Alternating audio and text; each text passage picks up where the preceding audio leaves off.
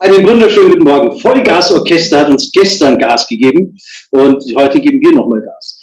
Herzlich willkommen zur Mittagswiesen. Ich freue mich, dass ihr wieder dabei seid. Und wir haben heute das Thema Vertrieb und Marketing, Gurli Spätzl oder Arne. Und ich freue mich, wenn wir uns jetzt hier mit ein paar Leuten auch diesbezüglich gerne unterhalten. Möchte aber vorher natürlich den Andi wieder mal begrüßen. Andi? Ja, wunderschön. Fit heute Morgen? Super fit. Also habe heute Morgen schon unseren Vorleitern vom Joe Mittelstand gehabt. Das war sehr inspirierend. Alle gut drauf, da geht was voran. Klasse Team. Ich sehe auch gerade schon einige im Büro. Franzi, Ode sehe ich jetzt gerade ganz aktuell. Schön, dass wir uns gleich schon wiedersehen. Ja, und das Thema, das wir uns heute ausgesucht haben, ist, glaube ich, für viele spannend in den Zeiten, wo Vertrieb anders funktioniert als noch vor Jahren. Und natürlich auch Kommunikation ganz anders funktioniert als noch vor vielen, vielen Jahren. Also man hat ja ganz viel digital und einfach so Anzeigen schalten, Werbung machen und dann läuft, das funktioniert dann einfach nicht mehr. Und insofern ist natürlich die spannende Frage, wie gut oder wie schlecht arbeiten diese beiden Fakultäten, nenne ich sie mal zusammen. Glaube ich, für viele Unternehmen da draußen ein echtes Thema. Insofern haben wir es ja schon ein paar Mal auf der Tagesordnung gehabt.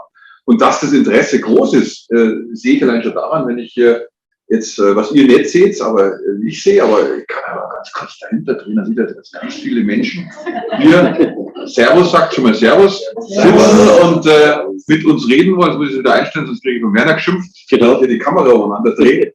Ganz viele Menschen sich eingewählt haben und sagen, lass uns drüber sprechen und das machen wir jetzt. Nicht minder spannend war auch gestern das Thema mit Uber. Ja. Das sollten wir auch nicht vergessen. Also wer gestern die Folge verpasst hat, kann das gerne auf unserem YouTube-Kanal vom German Mittelstand TV oder von mir persönlich oder von Morris Network oder von Datensicherheit.de könnt ihr euch durch YouTube scrollen sozusagen. Da könnt ihr die Folge von gestern anschauen. Wir hatten extrem spannende Gäste auch dabei.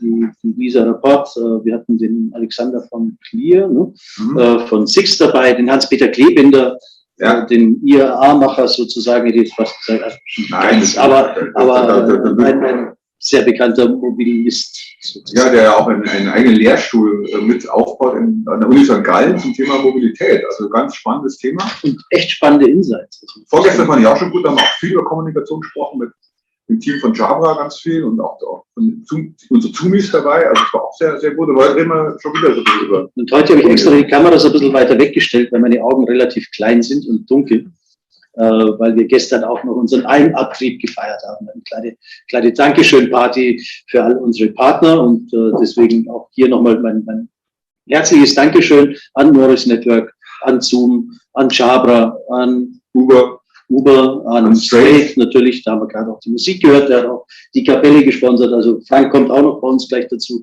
danke dir. Und den Hauptgast für heute haben wir auch natürlich als Partner. Ja, wir haben heute tatsächlich ein Special Guest, ein Unternehmen, das viele wahrscheinlich noch nicht kennen, weil sie, wenn ich das richtig mitgekriegt habe, auch neu auch in Deutschland sozusagen auf dem Markt sind, aber die sich was auf die Fahnen geschrieben haben, was eigentlich zu dem Thema heute wirklich passt, nämlich genau das, die Zusammenarbeit zwischen Vertrieb und Marketing. Und jetzt muss ich noch so eins natürlich sagen, weil das ist mir immer ein Anliegen. Wenn wir von Marketing sprechen, heute sprechen wir in der Regel von Marketingkommunikation. Das ist ja ein Teilbereich des gesamten Marketings. Da haben wir auch schon viele Streitgespräche geführt. Also wenn wir heute Marketing meinen, dann meinen wir das deutsche Marketing im Sinne von, das sind die Kommunikationsleute und nicht im amerikanischen Sinn die Unternehmensführung, die also das gesamte Unternehmen am Markt ausrichtet. Das ist ein bisschen eine andere Provenienz. Also wir reden heute in der Regel sehr viel über gibt es Kommunikation. Wenn du das sagst, auch bewusst, gibt es da eigentlich ein anderes Wording für die Titel sozusagen, ob das jetzt das Kommunikationsmarketing ist oder? Ja. Also Unternehmen, die da sauber sind, sprechen nicht von demjenigen, der die Kommunikation verantwortet als Marketingleiter, sondern das ist natürlich dann der Leiter der Marketingkommunikation oder manchmal auch Leiter der Unternehmenskommunikation. Aber man spricht nicht vom Marketingleiter und meint damit denjenigen, der eigentlich die Kommunikation managt, sozusagen. Das ist also eigentlich ein falsches Wording, das wir hier in Deutschland aus meiner Sicht verwenden. Einige Unternehmen machen das sehr korrekt, andere nicht. Aber wir erleben ja immer wieder so eine Aufwertung von Titeln. Und heute heißt ja auch um das jetzt auch im Vertrieb zu sehen, es gibt ja auch keinen mehr, der ernsthaft sagt, ich bin Vertreter oder Vertriebsmitarbeiter, sondern das ist dann Customer Happiness Manager oder Customer Success Manager oder sonst irgendwie. Aber so ehrlich, Vertrieb will ja auch keiner sein. Fühlt sich ja beleidigt und sagt, ich bin ja kein Vertreter. Also deswegen wird mit den Titeln immer wieder... Also ich stehe ja nach wie vor dazu, dass ich absolut ein Vertriebler bin und bin gerne bei Markenleute, die zuarbeiten sollte. Und ich sage natürlich umgekehrt, wer ernsthaft mehr Marketing ernst nimmt, muss wissen, dass Vertrieb ein Teil des Marketings ist. Oder anders. Und darüber sprechen wir heute. Und laden uns jetzt gleich die ersten Gäste ein. Bevor wir ihren Monolog starten oder den Dialog, laden wir doch gleich unsere Gäste ein. Wen haben wir denn jetzt als Gäste? Ja, wir haben von der Firma Highspot, die sich tatsächlich auf die Fahne geschrieben hat, diese doch mangelnde Kooperation zwischen Marketing, Kommunikation und Vertrieb zu verbessern. Die Alex Römer und den Thomas Helbig von der Firma Highspot. Und kommt doch einfach wieder in die Runde. Schön, dass ihr da seid.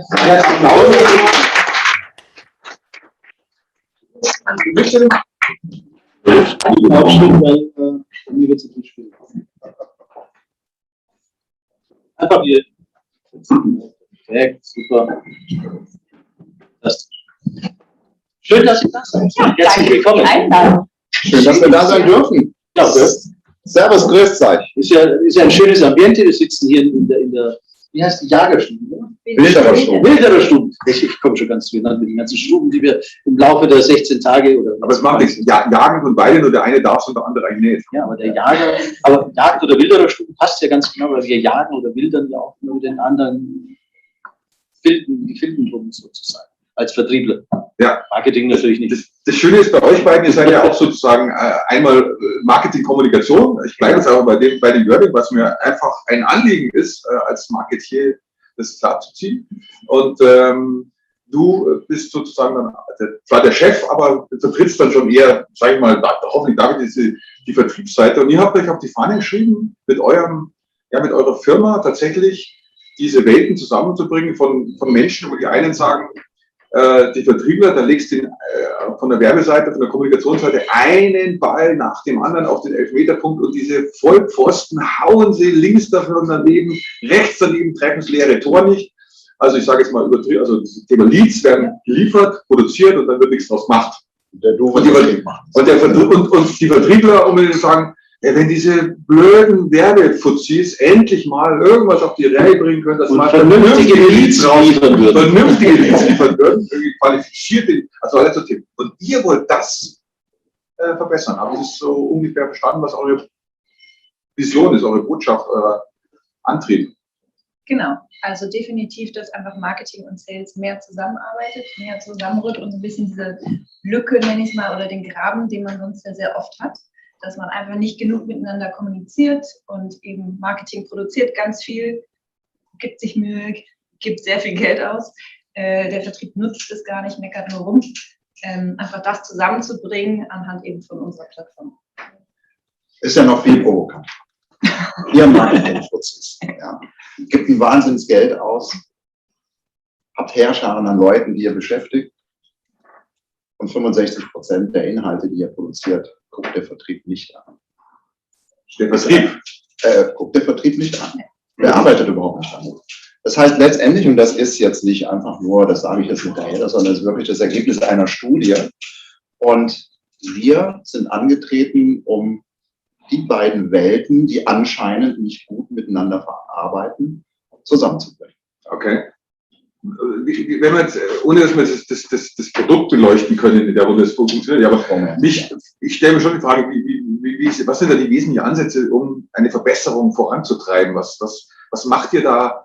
Weil, dass das natürlich viele wollen, ist klar. Ich glaube, kein Geschäftsführer wird sagen, ich möchte, dass meine Marcom-Truppe und meine Vertriebstruppe möglichst schlecht miteinander arbeiten, sondern wir alle wollen natürlich schon, dass die auch gut miteinander arbeiten. Also, wo ist da der Ansatz, das wirklich zu verbessern?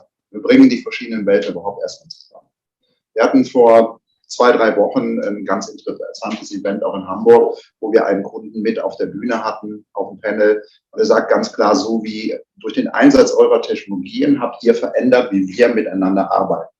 Wir sagen, wie kommt denn das? Wir reden miteinander und wir sind nicht mehr so doof wie früher.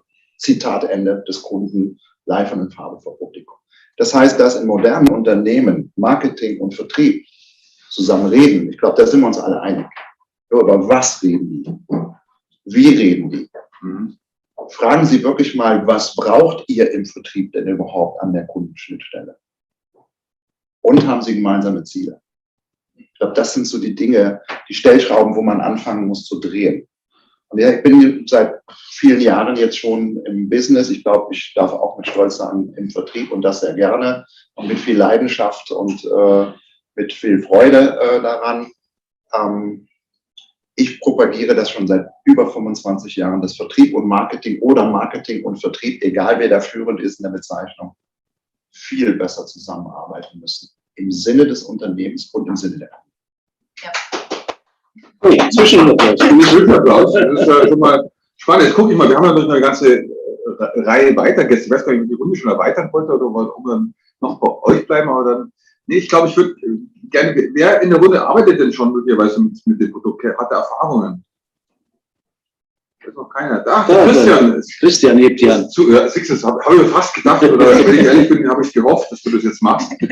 Christian, bist du selbst, stell dich kurz vor und bist du eher aus der, sag ich so, Vakuum-Ecke oder bist du eher Vertriebler von der Provenienz sozusagen? Also ich bin Christian Sellmann ist mein Name, ich bin der Geschäftsleiter der Handelsblatt Media Group und ich bin auf der Seite der Demokratie. Als Journalist, als Handelsblattvertreter bin ich natürlich einer, der gerade in diesen schwierigen Zeiten durch kritische Journalismus die Demokratie stärkt. Und im Wesentlichen bin ich Vertriebler, ja. Also ich bin für das Vermarktungsgeschäft der Handelsblatt Media Gruppe zuständig, die ja auch ganz anders ist als früher. Ich hatte einer in der Runde eben gesagt, früher hat man einfach Anzeigen gekauft oder eben auch bei uns verkauft. Und dann sind die Schubkarren voller Geld sowohl bei uns als auch bei den Kunden von uns einfach so reingekommen. Und das ist ja jetzt ein bisschen anders, sodass sich unser Geschäft ganz doll auch verändert hat und auch das Thema datengetriebenes Arbeiten im Vertrieb, im Marketing sehr viel stärker geworden ist. Ne? Und wir fangen jetzt gerade an in der Zusammenarbeit mit Highspot und sind aber wirklich von dem Produkt, ich kriege da kein Geld für übrigens heute, muss ich dazu sagen, wirklich hellauf begeistert und insbesondere, was mich wirklich auch beeindruckt hat, war das Zusammenführen, was wir ein paar Wochen in der Tat auch in Hamburg hatten, mit dem tollen Kollegen von Siemens. Ich darf das ja sagen, dass der Siemens ein großer Kunde ist von Highspot. Und was der mir da in Medias Res vorgezeigt hat, was wirklich beeindruckend ist an dem Produkt, da muss ich sagen, das ist ganz toll. Und wir fangen das jetzt auch, wir wollten eigentlich Geld verdienen mit Highspot und jetzt müssen wir Geld ausgeben bei Highspot. Das haben wir uns natürlich ein bisschen anders vorgestellt, aber wir machen das gerne, weil das wirklich ein ganz, ganz tolles Produkt ist. Und überhaupt die Idee, ne, die Thomas gesagt hat oder auch Alex gesagt hat, Vertrieb und Marketing mehr zusammenzuführen, datengetrieben zusammenzuführen. Wie häufig wird eigentlich eine Unterlage genutzt? Wie viel Airtime verbringt eigentlich der Kunde beim Durchlesen dieser Unterlage? Und ist er auf Seite 1 länger als auf Seite 3? Und was bedeutet das eigentlich für uns? Das ist schon extrem spannend und deshalb machen wir das gerne. Für mich stellt sich sofort die Frage, wie macht ihr denn das Messen? Ich meine, ich bin ja selbst auch, komme aus der Marketingkommunikation und das Thema Messbarkeit, ich habe sehr viel Dialogmarketing gemacht. Da war das schon immer ein Thema, natürlich Effekte zu messen und seit der Digitalisierung kann man es natürlich auch sehr viel mehr messen. Aber es gibt natürlich auch viele Dinge, die man nach wie vor sehr schwer messen kann. Also wie messt ihr denn das, ob ein Kunde Jan Holstein, weil ich ihn gerade da hinten sehe, einen Prospekt gelesen hat, den er hätte lesen sollen? Also das stelle ich mir nach wie vor schwer vor. Also nur so ein ganz... Wie macht ihr das? Das ist halt in der Plattform, sind Analytics dahinter.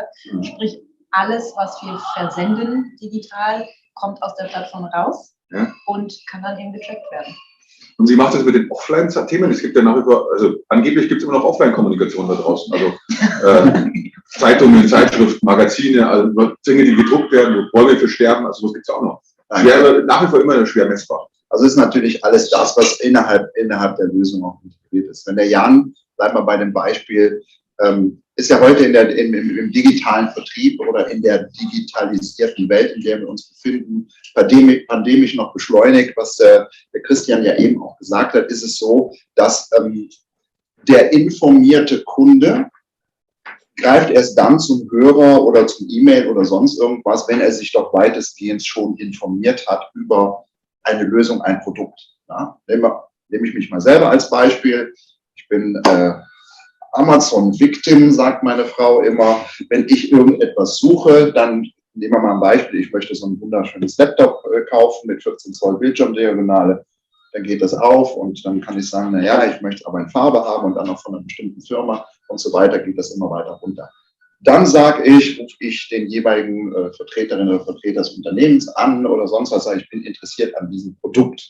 Das heißt, der Kunde ist extrem informiert, bevor er überhaupt das erste Mal mit mir in Kontakt tritt. So. Das heißt, ich muss dem Kunden doch in dem ersten Moment des Kontaktes ein Einkaufserlebnis bieten, was ihn im besten Fall beeindruckt und verblüfft. Ja. Digital, vielleicht nur am Telefon, ich schicke ihm ein Angebot, er öffnet das und sagt, wow, sagt er, ja, dann wie toll ist denn das? In dem Moment, wo er es öffnet, wird er gefragt, bist du damit einverstanden, akzeptierst du die Cookies? Weil ich meine, wir sind in Deutschland oder in Zentraleuropa, das Land von GDPR, Data Privacy und Data Compliance, im besten Fall sagt er ja, ja.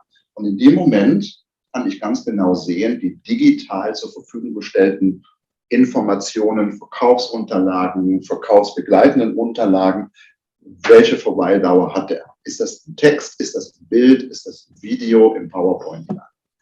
Das wird mir entsprechend in Echtzeit zurückgespielt und kann mir an der Kundenschnittstelle wahnsinnige Vorteile liefern, weil ich ganz genau weiß, was kommt gut an, was kommt nicht so gut an, ist vielleicht nicht so interessant. Und das kann ich dann ja auch wieder mit meinen Marketing-Kommunikationsleuten entsprechend diskutieren, um mein Angebot an den Kunden nochmal werthaltiger zu gestalten. Jetzt, heute, morgen und in Zukunft. Gibt es da, Entschuldigung, wenn ich kurz reingrätschen und fragen muss, gibt es da eigentlich irgendwie auch eine Schablone, wo man sagt, das funktioniert um 8 Uhr morgens am besten, also mach lieber da eine Zeitungs- oder eine Bannerschaltung oder wie auch immer und am Abend einen Post, oder gibt es da schon irgendwie so, also nicht, dass wir jetzt detailliert drüber reden, aber gibt es da Rituale, sage ich jetzt mal? Rituale würde ich es nicht bezeichnen wollen, aber es gibt natürlich schon, je größer die Datenvielfalt wird, desto interessanter wird die Aussagefähigkeit. Wir sind zum Beispiel in der Lage zu sagen, dass folgendes verkaufsbegleitende Dokument in diesen und jenen und solchen Kundensituationen einen besonders positiven Effekt gehabt hat. Das können wir auch schon, das ist das bisschen künstliche Intelligenz, was unsere Lösung auch unterlegt. Das wird dem Vertrieb in direkter Korrespondenz in seinem CRM-System zur Verfügung gestellt. Klingt echt super spannend. Jetzt würde ich glaube ich 2 Menschen gleich in die Runde rein und die beide sozusagen auf der Kommunikationsseite hören und sich mal fragen, wie das für Sie so klingt. Das eine ist die Andrea Hartmeier, die von der Firma Bachmann aus Stuttgart zu uns gekommen ist, die dort die Unternehmenskommunikation leitet und wie ich weiß auch sehr viel, also kein Kunde bei euch ist und aber vielleicht noch kein, aber ich weiß, dass sie sehr innovativ unterwegs ist. Andrea, kommst du in unsere Runde und gleich mit dazu, damit ich nicht zweimal aufstehen muss, das ist natürlich reines Selbstschutz, den Frank Müller gleich dazu, der auf Agenturseite sehr viele data-driven Konzeptionen auch auf den Weg bringt und da würde ich mich auch mal interessieren, wie der das einschätzt, wie das für ihn klingt und welche Erfahrungen er an der Stelle hat. Wunderbar, herzlich willkommen. So, ich fische gerade wieder meine Brille hoch. So, wunderbar. So, danke. Hat ja mal einen Mitgliederstammtisch. Stimmt. Alles Mitglieder. Alles Mitglieder. Sauber so. Also, schön, dass Sie da seid. Ich glaube, im Mittelstand wächst und gleich. Also, Prost. Prost. Herzlichen Dank. Prost. Danke, dass ihr alle mitmacht. Andrea, Prost. Prost.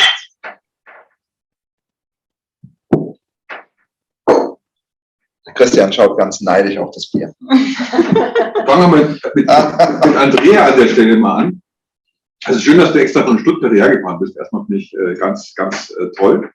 Aber du bist eine Münchnerin, weiß ich ja, und deswegen kommst du gerne auch nach München. Genau. Dem ist so.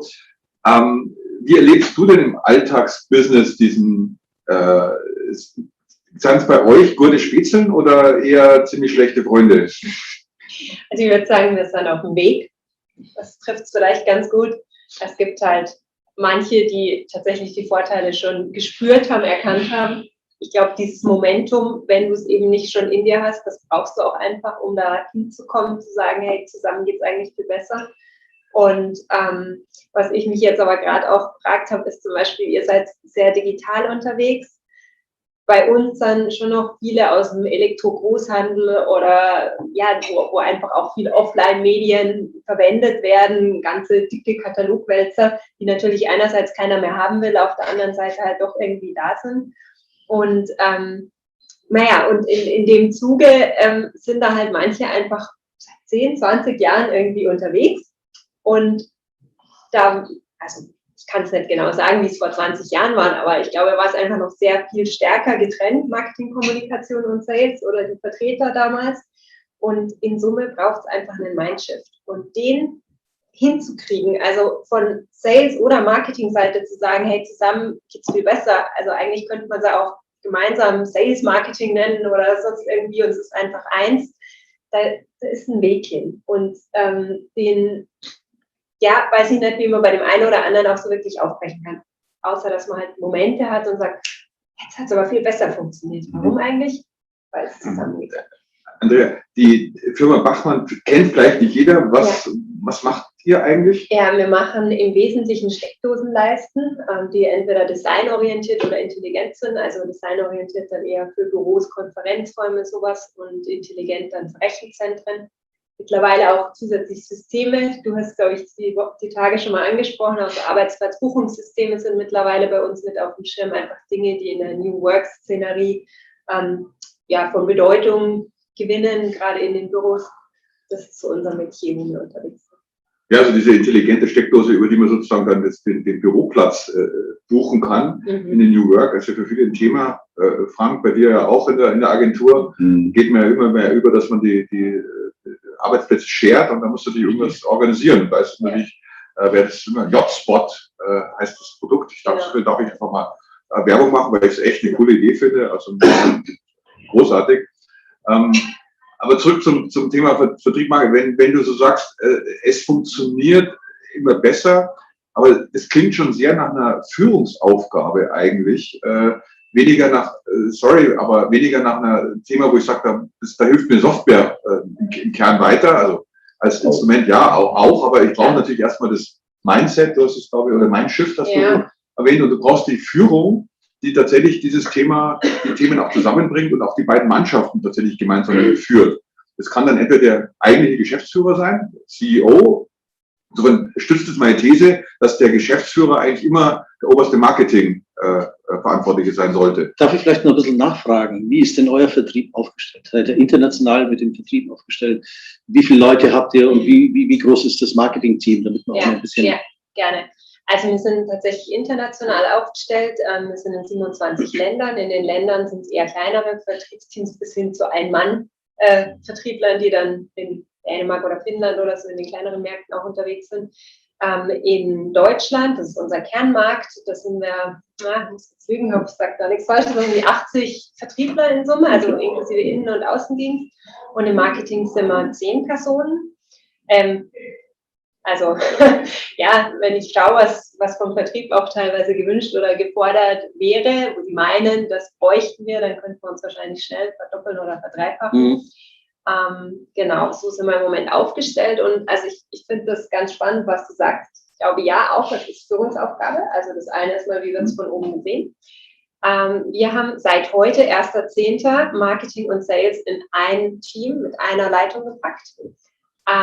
Ich mache seit heute die Unternehmenskommunikation, raus aus dem Marketingkommunikation. Das heißt, wir gehen in eine Richtung, die, glaube ich, goldrichtig ist, nämlich zusammenzupacken, eine Führung drüber, und unser Head of Sales und Marketing, der hat genau beides. Der hat Marketing-Erfahrung, der hat Sales-Erfahrung. Ich spreche mit dem relativ eine Sprache, und das ist mal das eine.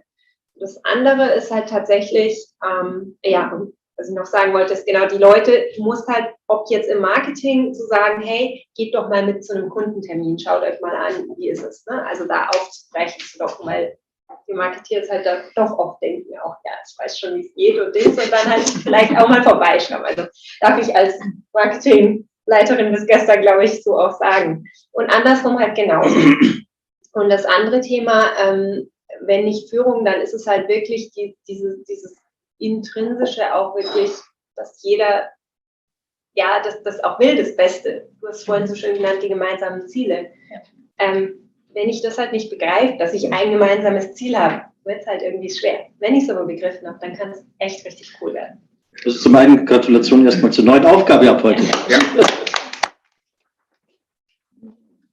Gemeinsames Ziel haben ja die meisten Unternehmen. Das heißt, kenne ich dann so von vielen Unternehmen, das heißt, wir wollen mehr Umsatz machen und mehr Ertrag und wir brauchen mehr Leads oder sonst wie. Also reicht das? Vielleicht Frank an dich die Frage, reicht das als Ziel oder muss ich da nicht ein bisschen spezifischer werden? Ja, ich glaube, das reicht nicht nur. Das ist ein schönes Business-Ziel, was man da formulieren kann. Und ich nenne es eher dann auch eine gemeinsame Perspektive einnehmen, ne, zwischen den Teams. Und ich sehe auch immer noch das Bild der Silos, ne, nach wie vor. Und diese Silos sind einfach da in vielen Unternehmen, in vielen Abteilungen. Und das hat wirklich, das ist eine Führungsaufgabe, erstmal zu sagen, wie ihr das jetzt gemacht habt, was so toll ist. Wir brechen die Silos auf. Wir setzen da einen Head of Sales und Marketing drüber. Und dann ist aber da natürlich die Aufgabe, wirklich eine gemeinsame Perspektive zu finden, die natürlich auch Ziele hat, Business-Ziele, aber vielleicht auch emotionale Ziele, weil wir sind Menschen, die jetzt hier in einem neuen Setting Dinge zusammen machen müssen. Und am Ende kann man das auch sehr schön am Tool gestützt machen. Das ist richtig und wichtig, aber das Tool ist vielleicht, ja, klar brauche ich im Auto von A nach B zu kommen, aber ich brauche erstmal eine Motivation, warum will ich denn da hinfahren? Ne? Und das ist, glaube ich, dann genau diese Führungsaufgabe, die dann notwendig ist. Und das kenne ich auch aus der Erfahrung mit unseren Kunden. Wir haben zum einen Kunden aus der Vergangenheit, die haben das schon vor ein paar Jahren gemacht. Das war so ein Start-up innerhalb eines Konzerns, wo Vertrieb und Marketing zusammensaßen. War für uns auch neu, weil wir das auch erst lernen mussten, als beratende Agentur, umsetzende Agentur auch den Kunden dann so mitzunehmen und zu führen. War eine sehr spannende Erfahrung, war auch sehr erfolgreich. Und zum anderen haben wir aber tatsächlich Teams, auf die wir treffen, wo Sales ganz abgekapselt ist und Marketing halt die Dinge macht. Und oft wissen die gar nicht, wovon die eigentlich reden, wie du es vorhin gesagt hast. Marketing entwickelt tolle Unterlagen und Sales kennt die gar nicht und kennt vor allem nicht die Inhalte, die draufstehen. Und das ist natürlich dann ein Problem. Deswegen ist der Ansatz der richtige, den unterstützen wir auch, das machen wir auch, das ist auch die Mission bei uns in der Company. Ich nenne das übrigens Marketing, Sales und Marketing zusammenzuführen. Und ich mag diesen Begriff und der macht das letztendlich dann auch sehr schön versinnbildlich, worum es letztendlich geht. Ne? Ja. Denn Thomas, Alex, wenn ich das so höre, dann glaube ich gar nicht, dass ihr im Kern Software verkauft, sondern müsst ihr eigentlich einen Wandel in den Unternehmen begleiten. Das ist dann wahrscheinlich euer Job. Und ihr habt noch jemanden eingeladen aus Österreich tatsächlich, ich sage jetzt mal noch nicht Mitglied, wenn ich mal so sagen, so ganz optimistisch. Aber der German Mittelstand hat auch Mitglieder aus dem europäischen und aus dem internationalen Ausland, also kein Thema, aber nicht, Spaß beiseite. Die Britta Lorenz, bitte dich auch mal zu uns. Eine Powerfrau aus Österreich.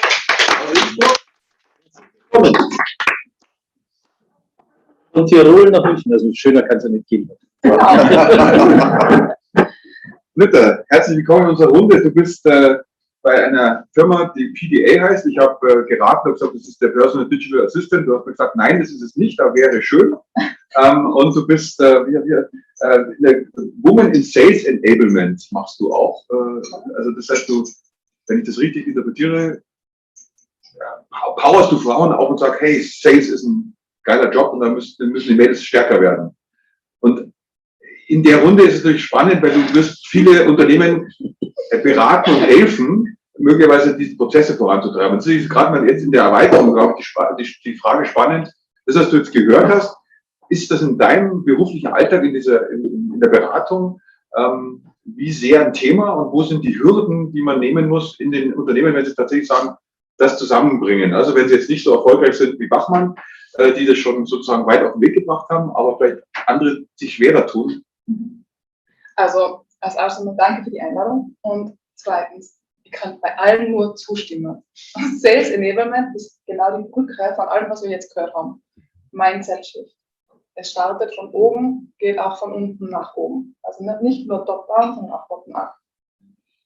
Versteht Marketing die Sprache von den Vertrieblern?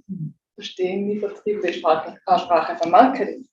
Ganz wichtig, essentielles Thema. Was will der Kunde? Kundenerlebnisse haben sich einfach extrem verändert in den letzten 20 Monaten jetzt. Der Kunde hat viel mehr Informationen, als wir jemals vorher gehabt haben. Und das spüren wir natürlich in jedem täglichen Prozess.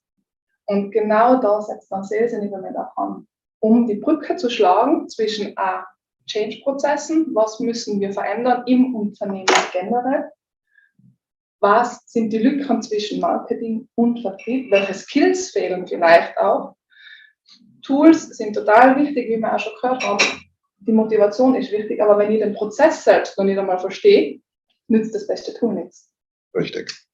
100%, ja.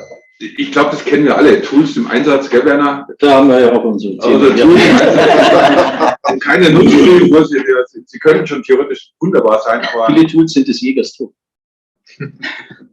ja, das stimmt. Ja, da, also welche Tools braucht man, welche Tools braucht man nicht. Das ist natürlich meine Erfahrung auch, manche entwickeln sich auch und der Wert mancher Tools wird dann auch erst erkennbar mit dem Nutzen. Deswegen muss man manchmal auch ziemlich nachhaltig dranbleiben. Wir erweitern jetzt gleich mal noch weiter. Wir haben noch jemanden in der Runde, der auch Marcom-Manager an der Stelle tatsächlich ist. In der Pharmabranche, der vertriebsseitig nochmal sehr speziell ist. Morgen, liebe Carola. Hey, guten Morgen. Ich bin ja total happy, euch so zuzugucken. Du und der Werner, das ist wirklich eine dauerhafte Berieselung, Marketing versus Vertrieb. Ich glaube, besser kann man das nicht darstellen, als ihr beide das macht. Aber wie erlebst du denn die bisherige Diskussion, so aus deiner Rolle raus und deinem beruflichen Alltag auch? Ihr müsst ja, glaube ich, eure Produkte auch verkaufen oder verteilt ihr die nur? Das ist in Zeiten von Corona sehr lustig, wenn man Beatmungsgeräte macht. Also diese Frage lässt sich jetzt nicht so oder so beantworten.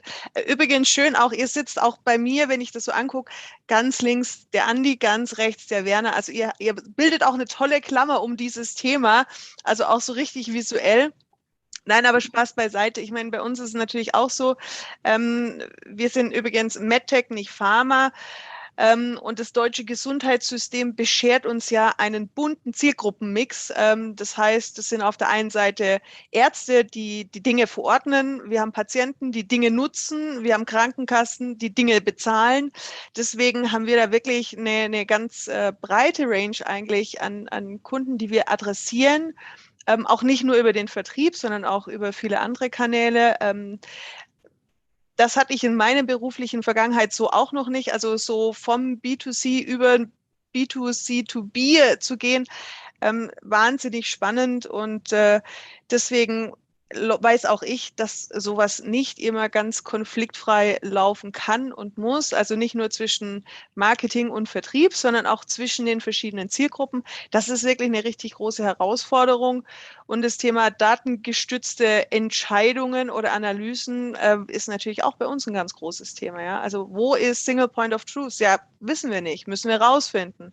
Und auch Daten können nicht immer die alleinige Antwort geben. Also es gibt ja auch immer noch einen qualitativen Aspekt, der vielleicht über andere Seiten wieder reingekippt werden muss. Wenn wir vielleicht die Frage an den Christian weiter, wenn er sozusagen ich weiß nicht, wie lange ihr schon mit dem Werkzeug arbeitet, wie viel Erfahrung du schon sammeln durftest, aber wie aufwendig ist denn so ein Prozess, den ich da ansteuere? Kannst du das schon einschätzen? Also wenn ich sage, ich will das Sales Enablement und ich will es zusammenbringen, wie viel muss ich da investieren? Das ist nicht in Euro und Eurocent, sondern in Engagement, wie ernsthaft muss ich das machen? Also ich glaube, wir haben ja schon festgehalten, es reicht ja nicht, eine Lizenz einzukaufen, zu sagen, jetzt haben wir Sales Enablement, weil wir jetzt eine Lizenz haben, sondern du musst ja wirklich was auf den Weg bringen. Schön wär's, ja. Das ist wirklich eine sehr wichtige Frage, die auch immer ehrlich beantwortet wird, auch von Thomas und von Alex. Ne? Also genau wie du schon suggerierst, die technische Umsetzung ist relativ unkomplex. Das geht also sehr flott. Ne? Das fragen wir natürlich auch immer, weil Vertriebler haben auf vieles Lust, aber bestimmt keine Lust auf technische Umsetzung von großen Ideen von Leuten von oben. Ne? Die wollen ja auf die Straße, die wollen reden, die wollen raus. Ich glaube, die lesen einfach auch relativ ungerne besonders viel und deshalb lesen sie auch diese Marketingunterlagen meist nicht. Ne? Aber was man ehrlicherweise sagen muss, das ist eben schon angeklungen, auch von den Kollegen und Kolleginnen, es ist ein Mindset-Shift erforderlich. Das heißt, man braucht erstmal dezidierte Leute, die vorantreiben, da die Entwicklung der Plattform erstmal in die Köpfe reinkommt. Ne? Also das muss man, glaube ich, auch dann schon nicht, das ist, glaube ich, ganz gut gelungen, weil wir da einen Vertriebler unmittelbar mit reingenommen haben und einen, der eigentlich eher wir haben gar nicht so eine Marketingabteilung, aber jedenfalls gibt es ja immer auch Leute, die Unterlagen machen, ne? Die heißen bei uns Konzepter. Das heißt, wir haben in dieses Umsetzungsteam einen Vertriebler genommen und eine Konzepterin. Ne? Wir haben also so ein Duo gebildet. was glaube ich auch schon wichtig ist. Der Kollege hat eben gesagt, Smart Marketing, ne? Also dass man das auch gleich in Personenunion auch schon macht, ist glaube ich ganz wichtig. Und ich glaube, wenn die Leute dann merken, dass das alles die Arbeit erleichtert, ne? Also vielleicht erzählen ja Alex und Thomas auch noch ein bisschen, das ist ja nicht nur dieses Monitoring der Effizienz oder Effektivität der Unterlagen, sondern ist auch dass die Leute die ganz 1000 Unterlagen, die man immer hat, viel schneller findet, viel schneller miteinander kombinieren kann, was ja jeden Vertriebler auch nervt, ne? Wenn man also diesen Mehrwert den Leuten schnell zeigt, dann begreifen die das auch und dann nutzen die das schnell. Also insofern, ich glaube, man braucht erstmal dezidierte Verantwortlichkeiten, die das Ding aufsetzen, dass, wenn das getan ist, die das auch in die Mannschaft reintreiben. Das ist auch ein Führungsthema. Da muss man auch von oben ganz dahinter stehen. Und wenn dann die Leute den Mehrwert erkannt haben, dann kann man eigentlich die Leinen wieder ein bisschen loser lassen. Und dann braucht es auch nicht viel administrativen Aufwand, aus unserer Einschätzung. Das ist ein guter Ansatz, man muss halt mal das alles aufbereiten und Daten einsetzen. Ich glaube, viele Unternehmen haben einfach immer Stress und Druck und gar nicht mal so viel Zeit, diese Dinge aufzuwenden. Wie könnt ihr da dabei helfen oder wie ist das Thema? Definitiv. Also wir sind ja jetzt nicht nur Lösungsverkäufer, sondern vielleicht auch ein Stück weit Transformationsberater und Psychotherapeuten. Weil dieser Weg ist hart, aber das... Thomas, das habe ich noch Mich gibt es dann auch auf Rezept, Christian. Das, was du eben gesagt hast, ist natürlich schon mal ganz entscheidend. Wir hatten ganz zu Beginn, bevor wir hier im Livestream waren, schon drüber gesprochen, dass Berufsbezeichnungen sich verändern. Und da gibt es hier die klassische Berufsbezeichnung des CRO, des Chief Revenue Officers. Und unter dieser Bezeichnung zusammengepackt wird Vertrieb, Marketing, Product Development, Business Development etc. Und wir haben hier natürlich auch beim Handelsblatt eine hervorragende Konstellation. Christian als der Chef sagt, ich delegiere genau diese Entscheidungsfindung an die verschiedenen Bereiche. Und wir dürfen begleiten auch nachher, wie stelle ich Content zur Verfügung? Wie mache ich das für den Vertrieb griffig, einfach? Wie sorge ich dafür, dass er nicht noch ein zweites Tool bedienen muss? Nehmen wir mal das Beispiel Salesforce, was jeder kennt als CRM-System, was sehr weit und sehr stark verbreitet ist, auch in unserem Klientel. Wir sind so tief integriert, du als Vertriebler merkst das gar nicht. Ein CRM-System musst du bedienen, ob das jetzt gefällt oder nicht. Und ob du jetzt ein Highspot arbeitest oder ein Salesforce, merkst du gar nicht. Ja. Du kriegst nur mit, es wird runder, es wird schicker, es wird moderner und es wird einfach auch schöner für den Kunden. Transformation muss begleitet werden. Wir sind die helfende Hand dabei und sorgen dafür, dass die verschiedensten Teilnehmer an dieser Reise nicht vom Bus fallen. Und das macht viel Freude. Wie bringt ihr denn die Leute, Britta, dazu, tatsächlich dann das Zeug auch mal zu lesen? Das nützt auch nichts, ich meine, ich kann es auch so ein Tool einstellen, dann lese ich es immer noch nicht. Also, wie kann das konkret passieren? Ich meine, oder Leute, indem man erstmal die internen. Also, die These ist ja, der klassische Vertriebler liest das Zeug, was Marketing, Kommunikation bereitstellt, liest erstmal nur gar nicht und benutzt noch viel weniger. So, jetzt muss ich ihn erstmal zu bringen, lese es. Das werde ich auch nicht schaffen, indem ich sage, lies. Weil das ist ja auch nichts, was man gerne macht, weil Lenkung erzeugt Reaktanz, das ist auch aus der Kommunikation. Also insofern, wie macht ihr denn das konkret, dass man sagt, wie motiviert ihr? Ihr müsst ja die Leute motivieren. Zu sagen, ich schaue es mir wirklich mal an. Oberstes Ziel ist natürlich das Leben des Vertrieblers, der direkt am Kunden arbeitet, zu erleichtern, um produktiver zu gestalten. Verstehe. Ja? Und Sie müssen verstehen, warum? Warum soll ich jetzt meinen Arbeitsrhythmus ändern, ein neues Tool anders bedienen? Solange ein Vertriebler versteht, warum er was machen darf, wie es dann auch in das Ziel einzahlt, das er verfolgt, wird er alles daran setzen, das zu machen. Fehlt die Kommunikation intern, aber ihnen zu erklären, warum kann ich die Emotion nicht erzeugen, dass ich es machen soll, schau ich mir das an. Und da bin ich gleich wie jeder andere. Wir sind alles Menschen und wenn wir wissen, was machen wir, was ist unser eigener Erfolg daran am Ende des Tages, dann setzen wir. Warum ist das Why so wichtig? What is in it for me? Genau. Die Frage musst du positiv beantworten, dann funktioniert das. Wer ist Mann an der Stelle oder musst du? Diese Frage musst du als Unternehmen, Führung, Leitung, Geschäftsführung, Leitung beantworten können, wenn du eine solche Investition tätig. Ja. Und es ist ja nichts anderes wie ein Change-Prozess, Ja. der eigentlich da initiiert wird. Und wenn der Change-Prozess von Geschäftsführung mitgetragen wird und dann auch die einzelnen Personen immer wieder mit integriert werden in den Change, ist es viel einfacher, das auch umzusetzen, als wenn man sagt, mach. Absolut. Wir sind alle selbst verantwortlich, kommt jemand und sagt, mach das jetzt. Und sagen, warum soll ich jetzt machen? Nur weil du das willst. Ja. Es ist so. Andrea, kann man dann das sowas überhaupt delegieren oder muss es nicht wirklich der Chef selber in die Hand nehmen? Kommt wahrscheinlich ein bisschen auf die Teams an. Also ich glaube, da gibt es jetzt auch kein nur so oder nur so. Also dieses Mittragen von oben, ich glaube, das ist schon das A und O. Also wenn da nicht klar ist, wir haben jetzt letztes Jahr im ersten Lockdown eine Marketing Automation bei uns eingeführt, haben damit gestartet, sind da wirklich so reingestolpert, kann man schon sagen, in Windeseile und arbeiten daran. Und ich hatte damals wirklich die Krone auf und habe gesagt, so, und jetzt fangen wir an und bauen das peu à peu auf und nutzen das. Und das ist schon essentiell, dass du da vorne dran stehst. Dann ist es aber wirklich auch dieses Anzünden und den Mehrwert halt auch spürbar machen. Und da hat es eigentlich bei uns auch intensiver gestartet, dass wir wirklich im Aufbau dieser Prozesse mit Sales kleine Teams hatten, kleine Grüppchen, wo wir gesagt haben, hey, wir brauchen euch, wir brauchen vielleicht sogar auch noch jemand von der IT mal dazu, der uns da irgendwie unterstützen kann oder von den externen Partnern, mit denen wir das Ganze eingeführt haben. Und dann ging es los, so, echt, so Aha-Momente waren da. Echt, warum wollt ihr das? Oder wir haben dann gesagt, okay, so und so ist der Prozess, wir haben eine digitale Messe. Für euch werden dann über den E-Mail-Kanal XY oder Postfach werden dann die Leads zur Verfügung gestellt. Und dann kam von Sales, oh Gott, Leads, zu viele, die können wir nicht ab. Und dann habe ich gedacht, das ist nicht euer Ernst, ihr bekommt Leads und ihr sagt, oh Gott. Und dann mussten wir halt erstmal irgendwie einen Knoten lösen, was ist denn da eigentlich, was ist da eigentlich los? Und als dieser Schritt überwunden war, da waren einige auf einmal dann voll dabei. Und genau das, ich glaube, das gilt halt für Produkte, für Systeme. Dieses Momentum, das meinte ich auch vorhin mit diesen Aha- oder Erfolgsmomenten, die musst du mehr und mehr schaffen und zählen und dann ja, das ist ein spannendes Stichwort, aber Thomas, du schaffst schon. Ich möchte den Scope, was so eine Sales- oder Revenue-Enablement-Lösung schaffen kann an Mehrwert für Unternehmen, noch ein bisschen erweitern.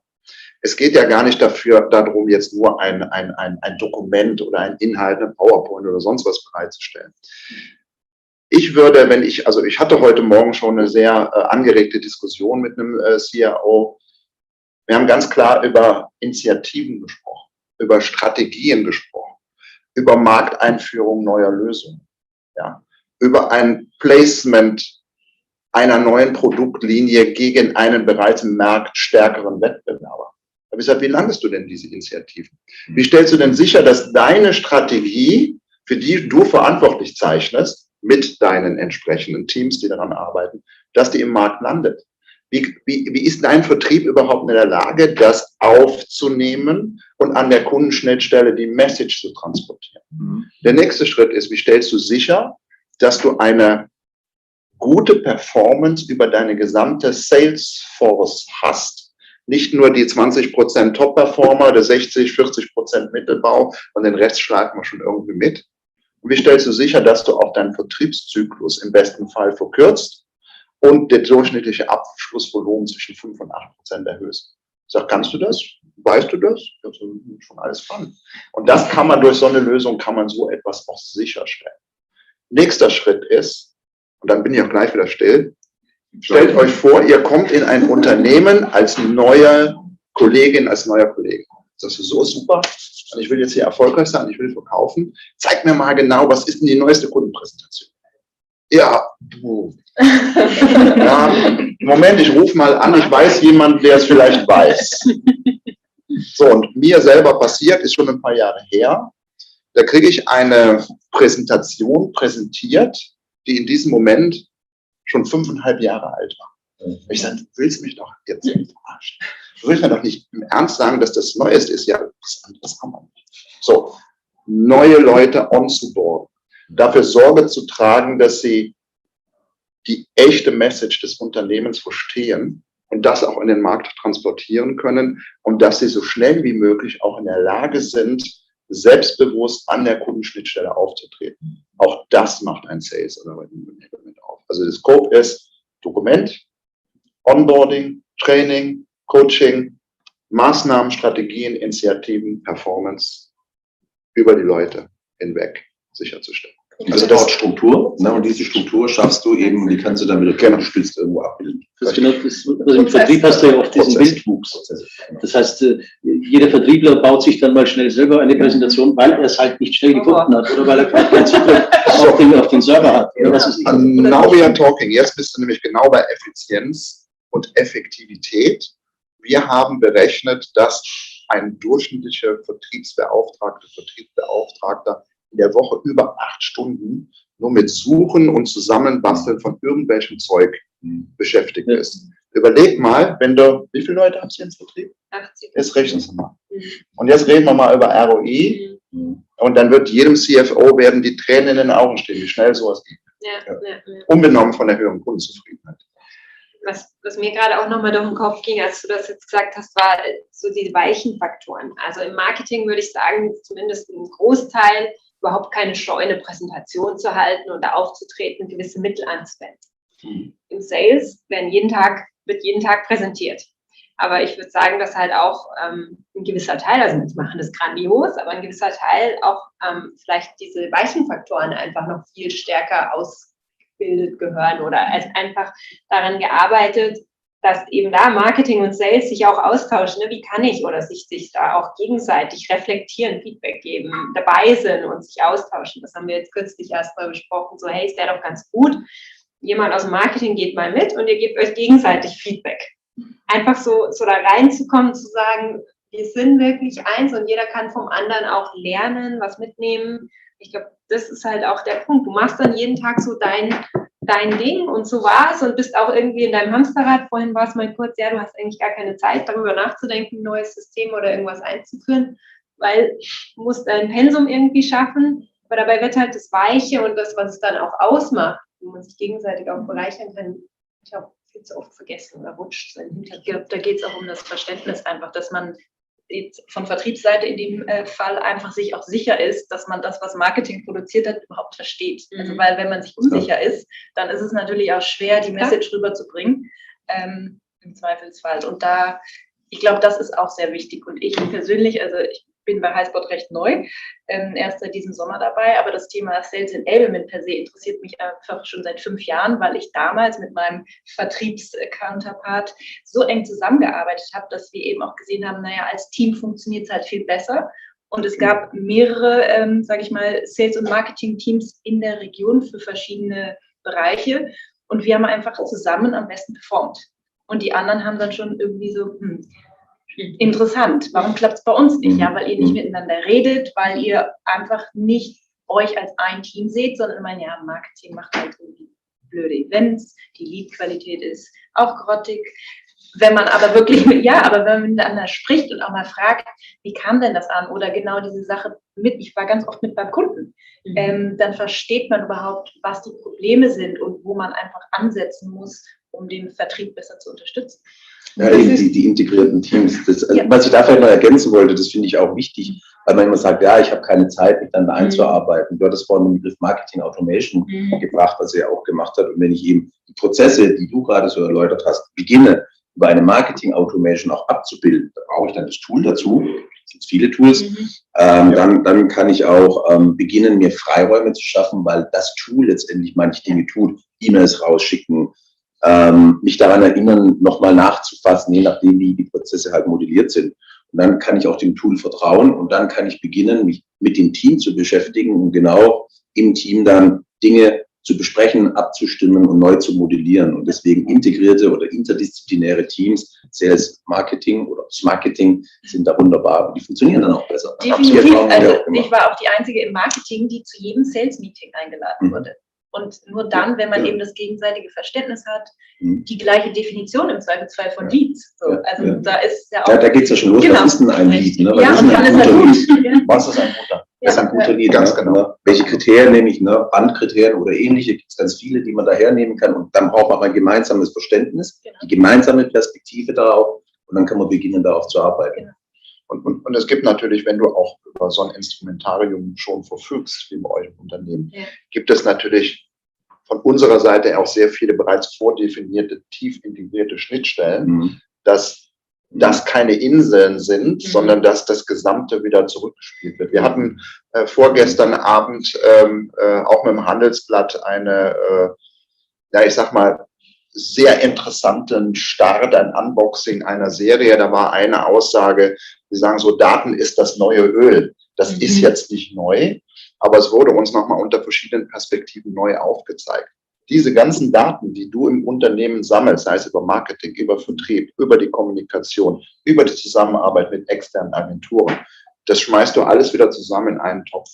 Und wenn du es vernünftig auswertest, dann ist das pures Gold für jedes Unternehmen, wie du am Kunden noch besser und effizienter arbeiten kannst. Und it's all about meeting expectations. Was ist denn die Kundenerwartungshaltung überhaupt? Das wieder zurückzuspielen und garantiert wird Absatz, Umsatz, Effizienz und Effektivität wenn ich das damit gesteigert. Richtig deute, glaube ich, wird der Christian ganz nervös bei den Aussagen. Wolltest du was sagen? Oder? Nee, ich bin nicht, dass der Nervosität gerade unterstellt wird. Nein, ich habe nur gesehen, dass sie ja nicht so scharren, wie eben gerade gesagt wurde. Ja, genau. Aber ich glaube, wenn ich soll, der Ole möchte, dann soll er mal. Den Ole hätte ich tatsächlich jetzt in die Runde kurz eingeladen. Schalten wir mal kurz nach Hamburg zu unserem Teamverstärker. Ich weiß schon, worauf du hinaus willst. Du hast gerade, ich kenne den Ole natürlich ganz gut und ihr habt gerade, Thomas, glaube ich, war es auch speziell, das Thema Erfolg in so einem Prozess genannt. Und ich vermute mal, Ole, du willst uns da zum Thema Erfolg und Team irgendwie eine Weisheit mit rüberbringen. Oh Gott, eine Weisheit, nee. So weise bin ich noch nicht. Was sind so 2, 3, 4 Impulse gefallen? Und ich habe mir das jetzt nun aufmerksam eure Diskussion auch angehört. Klasse erstmal für die wirklich inspirierenden Impulse und wundere mich nicht, aber ich freue mich darüber, dass das Meeting am Anfang gestartet hat, wieder so mit dem Zweikampf Vertrieb versus Marketing oder Sales versus Marketing und vice versa. Das ist dann super und plötzlich kriegt eure Runde so eine Wendung hin. Oh, Moment mal, wenn ich da beim Kunden diese Herausforderung, die wir da zusammen erledigen wollen, gemeinsam teile, wenn ich zusammen mit dem Marketier oder mit dem Sales Mann oder Frau dort vor bin und uns gegenseitig challenge, wenn ich dann auch noch andere Bereiche mit hineinziehe und wir plötzlich beim Team sind, dann geht mir das Herz auf. Weil Oldschool ist tatsächlich Silo-Denken, Vertrieb gegen Marketing, gegen Buchhaltung, gegen Controlling, gegen irgendetwas. Das funktioniert heute immer weniger. Und es funktioniert auch immer weniger, eine reine Methode oder ein reines Instrument oder Software einfach zu implementieren mit dem festen Glauben daran, dass das denn so funktionieren soll. Das ist alles wichtig. Versteht mich da nicht falsch. Es fängt aber an und hört damit auf mit der Führungskraft, also der Frau, der Mann, wie auch immer, die ein wirkliches Interesse am Wohlbefinden ihrer Mitarbeiter hat. Und damit meine ich jetzt hier keine Sozialromantik, sondern es schafft, etwas zu stiften, das gemeinsame Emotionen erzeugt. Und diese gemeinsame Emotion ist zum Beispiel beim Kunden einen großen Auftrag zu bekommen und zu merken, dass alle dran beteiligt sind, also Marketing, Sales, selbst der Controller, der, was weiß ich, ein tolles neues Finanzierungsmodell für eine größere Investition beim Kunden herausgebracht hat. Und wenn es dann, und jetzt komme ich zu deiner ursprünglichen Frage, lieber Andi, wenn dann der Erfolg einkehrt, dann und nur dann wird aus dieser Gruppe ein Team und geht durch die Decke. Und es geht also darum, die Voraussetzung zu schaffen, dass sich genau das einstellt. Und deswegen geht mir gerade so das Herz auf. Das wollte ich nur damit beitragen. Schöne Grüße aus Hamburg. Also jetzt aus Marketing-Seite finde ich, es geht genau dann auch um diese Wertschätzung, weil oft war es ja so, ja super, Vertrieb hat schon wieder einen Deal reingeholt und Marketing war dann immer schon so, naja, wir haben ja auch was dazu beigetragen, im Zweifelsfall den Lead generiert, aber das wird dann relativ schnell vergessen und wenn man einfach da viel enger zusammenarbeitet, sage ich mal, dann freut sich Marketing auch ab und zu ein Danke zu hören. Und ich glaube, wenn das so eng zusammenarbeitet, dann ist das einfach, das ist völlig normal. Also das ist da gar nicht mehr die Frage, wer hat jetzt performt, sondern alle haben zusammen als Team performt. Das ist natürlich eine Frage des Wissens um die Prozesse sozusagen, um die Funktionsweise, wie kommt es tatsächlich am Ende des Tages zum Erfolg im Unternehmen. Ja? Und das ist natürlich das ist ja der klassische Marketingansatz, geht ja davon hin und sagt, okay, es gibt 7 klassische Marketing-Ps, ja, mittlerweile 7, und wenn die zusammenwirken, also die kennen ja alle, ja, Produkt, die Preispolitik, die Menschen, die da mitspielen, der Vertrieb, der da mitspielt, die Kommunikation, die ihre Arbeit macht, die Prozesse, die funktionieren müssen, auch die tragen ja mittlerweile einen ganz wesentlichen Anteil daran. Und da müssen die Dinge zusammenwirken. Und wenn dann das Verständnis dafür da ist, dass das nur so zusammengeht, ich glaube, das ist das Erste, was man auch dann wirklich mit rüberbringen muss, dass es eben nicht der Betrieb alleine war, der so einen tollen Kaffee getrunken hat mit dem Kunden, dass er jetzt unterschrieben hat, sondern dass da wahrscheinlich schon vorher eine ganze Menge passiert ist. Und auch umgekehrt, dass es einem überhaupt nichts hilft, wenn man einen super schicken Flyer macht, ja, aber dann halt dahinten nichts passiert. Frage vor dem Hintergrund, welche Rolle spielen denn dann tatsächlich klassische Agenturen in dem Spiel? Die muss ich doch dann eigentlich auch ganz anders einbinden in die Prozesse. Die müssen doch viel mehr wissen und verstehen. Die müssen doch, wenn ich jetzt eine Software mache in der Richtung, die müssen doch da komplett mit eingebunden sein. Das heißt, ich muss doch eine viel integriertere Arbeit mit meinen also wenn ich die Kommunikation nach extern verlagere, was dann ja klassisch die Werbeagentur ist, die wenigsten Werbeagenturen heißt ja noch heute Werbeagenturen, sondern nennt sich ja Kommunikationsagenturen, aber lassen wir uns mal dahingestellt. Da muss doch das viel enger sein. Passiert das heute schon? Carola, Christian, wie bindet ihr eure Agenturen an? Frank, wie fühlst du dich eingebunden bei deinen Kunden? Reicht das schon? Oder weil nur den Happy hingeschmissen, mach mal einen Flyer, der soll schick ausschauen, das kann ja kein Erfolgsmodell sein. Wir haben Kunden, also wir fordern immer nett natürlich Transparenz, das ist für uns wichtig, sonst können wir nicht sauber agieren. Sonst reden wir halt immer über den Flyer und dann ist es auch wieder zu Ende. Also wir brauchen wirklich eine Transparenz. Wir verstehen uns auch als Team, als Teil von Marketingabteilung oder Salesabteilung oder Marketingabteilung und verstehen uns auch gar nicht mehr als reiner Dienstleister, sondern wirklich als Partner auf Augenhöhe.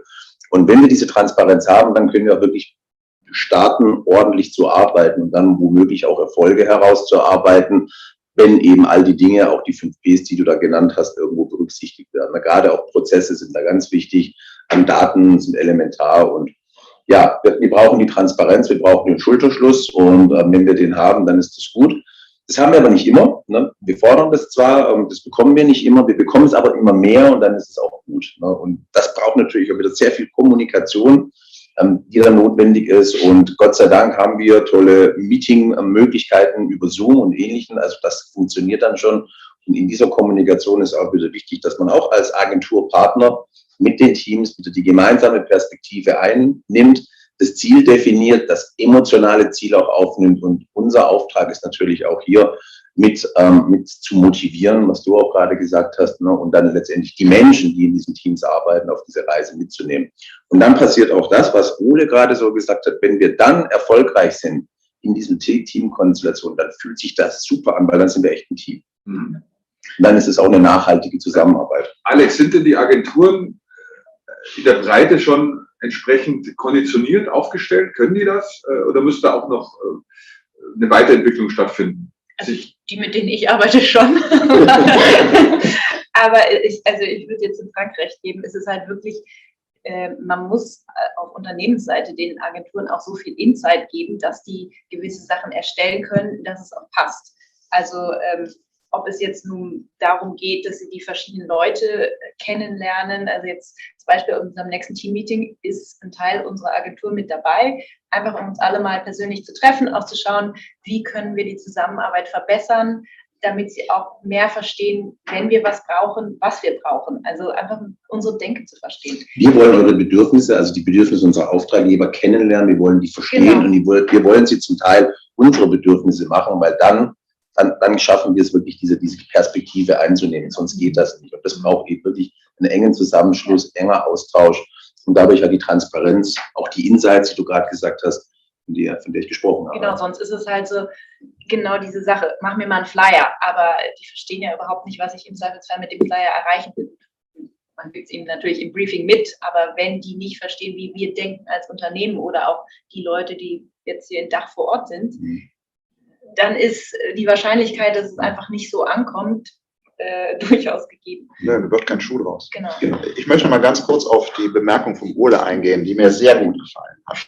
Die Sache ist ja nicht nur die, dass die zusammenarbeiten müssen, weil sie es müssen, oder sondern weil sie es wollen. Ja.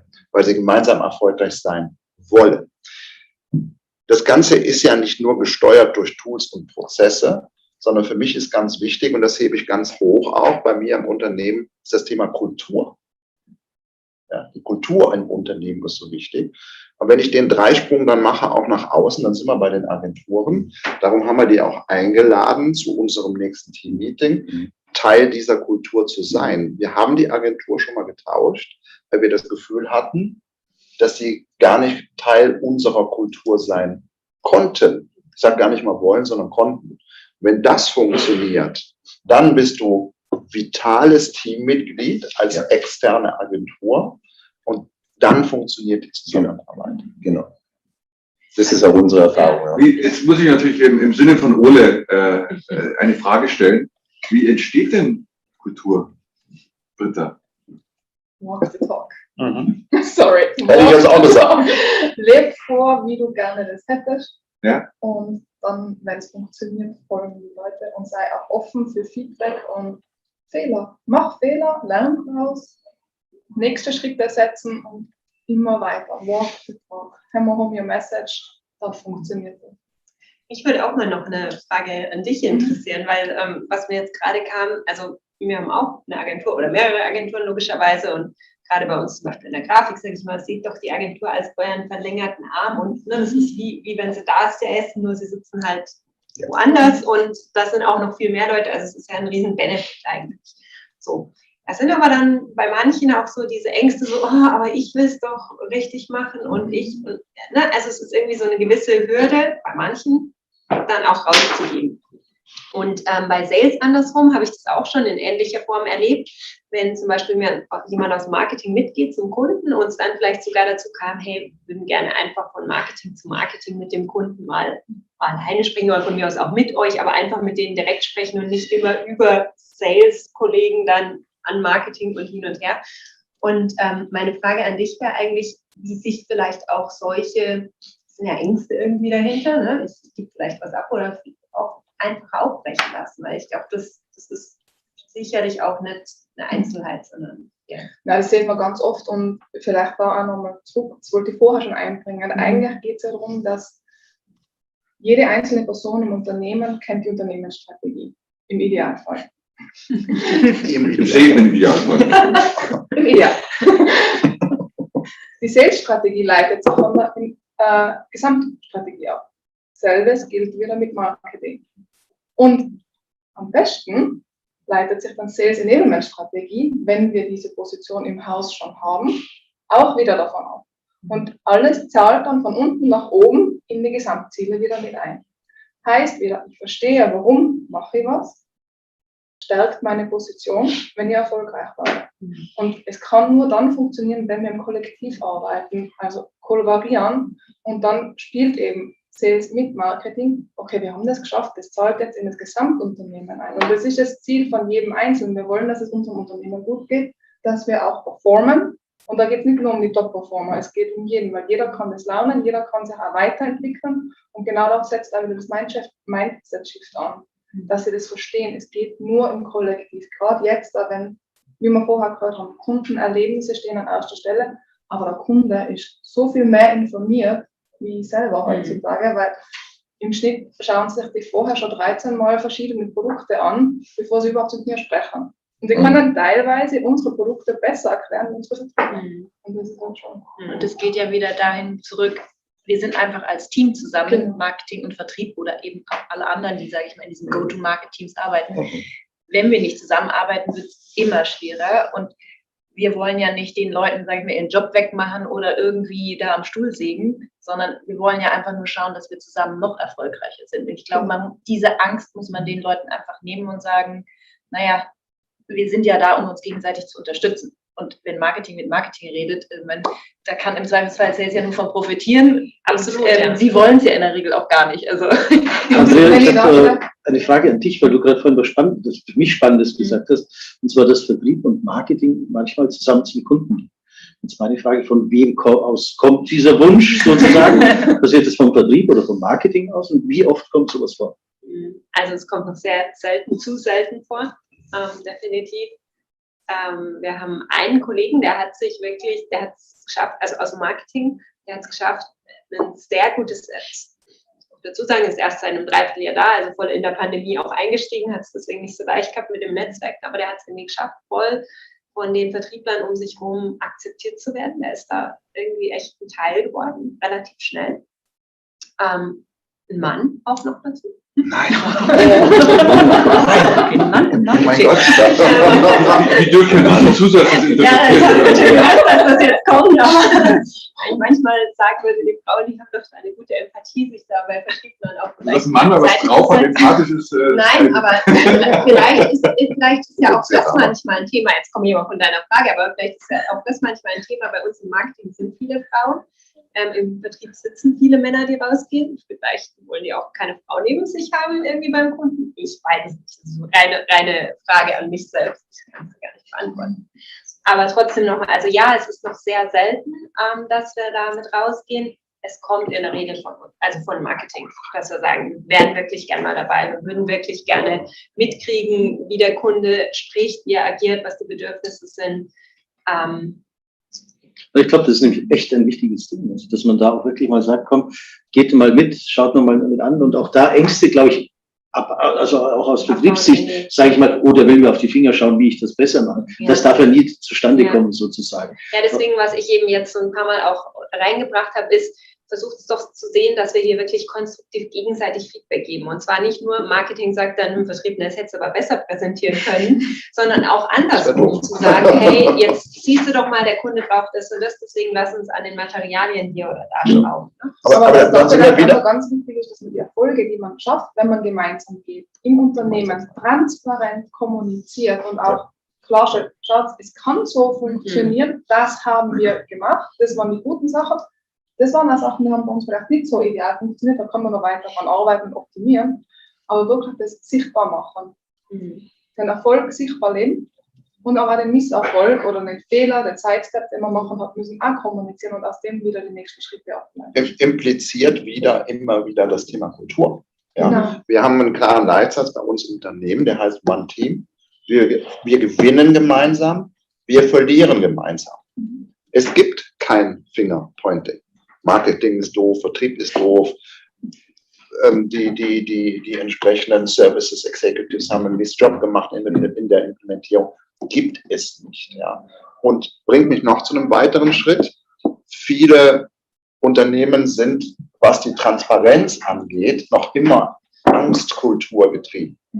Niemand lässt sich dann gerne messen. Irgendjemand hat es eben gesagt, ja, Vertrieb ist ja einfach zu messen. Du bringst deine Zahlen gegen dein Budget und dann weißt du hast jetzt gut performt oder nicht. In anderen Unternehmensbereichen ist das oft nicht so einfach. Darum sind sie es nicht gewöhnt und haben gewisse Zurückhaltung, sich auch so transparent messen und das auch kommunizieren zu lassen. Und das bringt mir dann auch nochmal auf den Punkt, wenn jemand wirklich aktiv die Rolle Sales Enablement schon inne hat. Das gibt es leider im Dachraum noch nicht so viel. Ich meine, bei euch gibt es sein, aber auch anglizistisch getriebene Kulturen, wo es schon wirklich implementiert ist.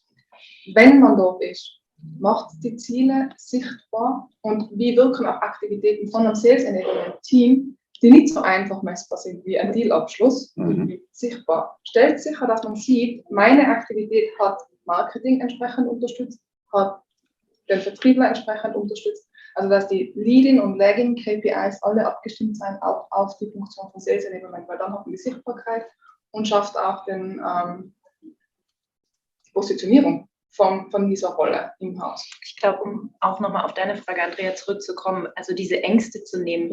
Man muss halt auch einfach dann in dem Falle, wenn Marketing mit zum Kunden geht, dem Vertriebler einfach den Mehrwert auch zeigen. Also warum kommt denn Marketing mit? Genau um die Probleme eines Kunden zu verstehen, um das wieder in der Kommunikation zu nutzen.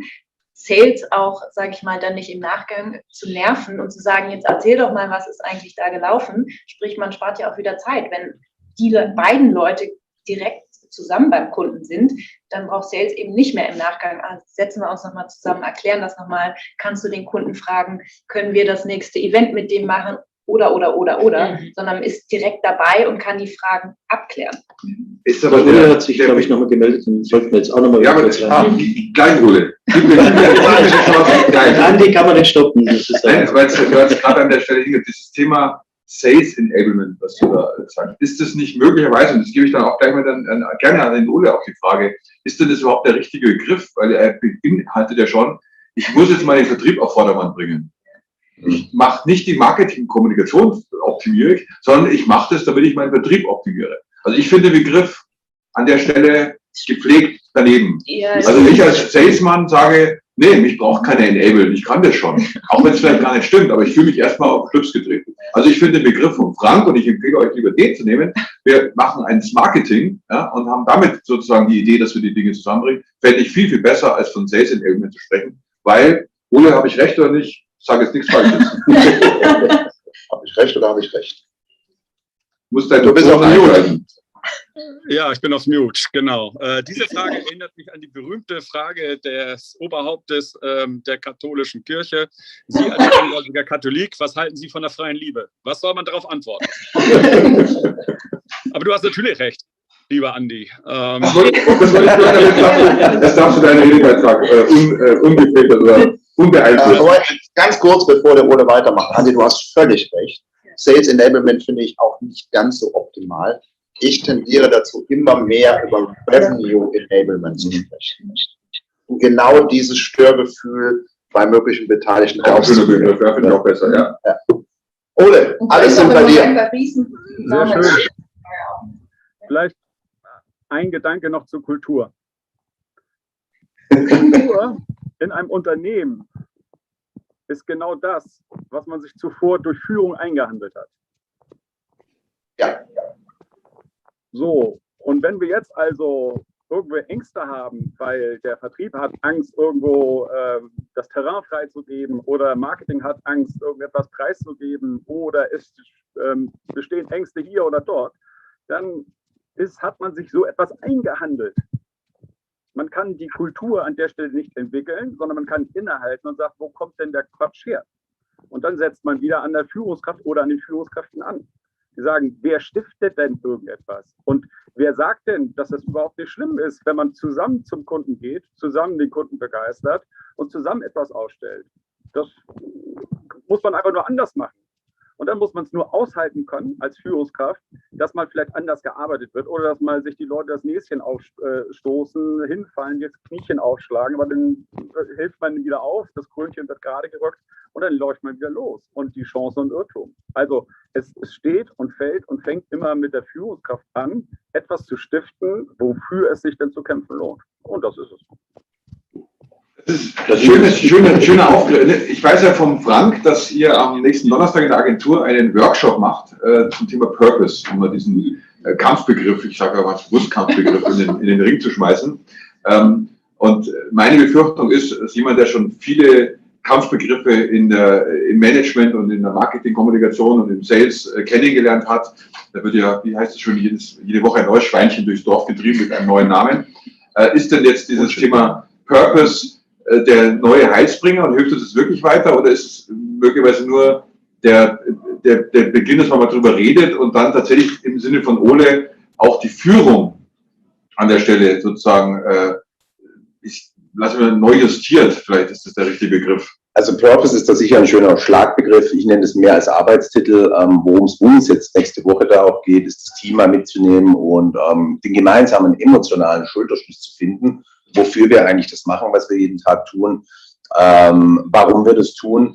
Und ja, das kann man vielleicht als Arbeitstitel Purpose benennen, aber es ist viel, viel mehr als der reine Purpose, wie er so durch die Gazetten getrieben wird. Ich finde, ich komme da nochmal auf diese gemeinsame Perspektive, wenn ich ein Team irgendwo hinbewegen möchte, muss ich ja dieses Team zusammenführen. Und das hat man dieses Jahr sehr schön bei der EM gesehen, wie mancher Teamleader auch sein Team in den Pausen mitgenommen hat, wie die Köpfe zusammengegeben, wie die Gas gegeben haben, zum Beispiel die Kroaten. Die haben super gespielt. Die sind zwar auch nicht so weit gekommen, aber die haben ein so schönes Spiel gemacht, weil da auch ein Trainer war, der die emotional mitgenommen hat, während unser Bundestrainer das leider nicht geschafft hat, sein Team wirklich emotional mitnehmen. Und das finde ich dabei ganz wichtig, diese emotionale Verbundenheit, einmal im eigenen Team, in der Company, aber nachher auch mit Partnern, also mit Auftraggebern, wenn man das nochmal so nennt, dass man da wirklich da wieder die gemeinsame Perspektive, die emotionale gemeinsame Perspektive findet, um dann davor zu marschieren. Das ist auch der Grund, warum wir das nächste Woche machen. Arbeitstitel Purpose, aber es ist weitaus mehr. Jetzt lass ich mal Das ist eine Meldung. eine Pause sozusagen. Ergänzend dazu, weil das ein schönes Stichwort ist. Dafür braucht es aber auch charismatische Führung. Ganz, ganz wichtig. Weil irgendjemand, der sehr in sich gekehrt ist und nicht in der Lage ist, die Leute mitzunehmen, der schafft es auch nicht. Dafür brauchst du eben diese charismatischen Leute. Die haben aber auch nicht überall. Was ist denn, das ist ein gutes Stichwort, was ist denn charismatische Führung? Also aus Hamburg würde man sagen Olaf Scholz. Okay, dann habe ich es jetzt verstanden und ich glaube, das brauche ich jetzt nicht. Einwandfrei, bester Kommentar ever. Eigentlich sollten wir den Schluss machen, Christian, aber das wollen wir noch nicht.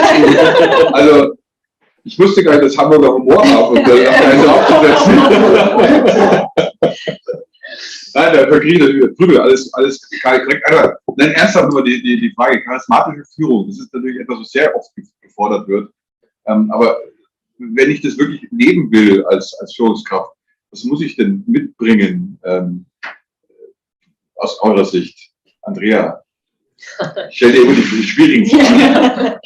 Naja, ich muss es halt schaffen, also jeder ist ja ein unterschiedlicher Typ, also eine IT holst du anders ab als ein Marketing oder Product Management oder Product Development oder so. Ne? Und du musst deine Leute eben kennen, triggern und die mitnehmen auf die Reise. Und letztendlich gibt es wahrscheinlich einfach von Natur aus Personen, die haben da irgendwie einen anderen Zugang, die können begeistern, wenn ich halt vor meinem Team stehe und sage, so, wir müssen jetzt mal Gas geben und dann ist es irgendwie wahrscheinlich nicht so geil und charismatisch. Wohingegen ich zum Beispiel auch immer wieder mal gespiegelt bekommen habe, dass ich vielleicht manchmal auch es zu positiv sehe. Also da gibt es dann sicherlich auch nochmal eine Grenze in die Richtung.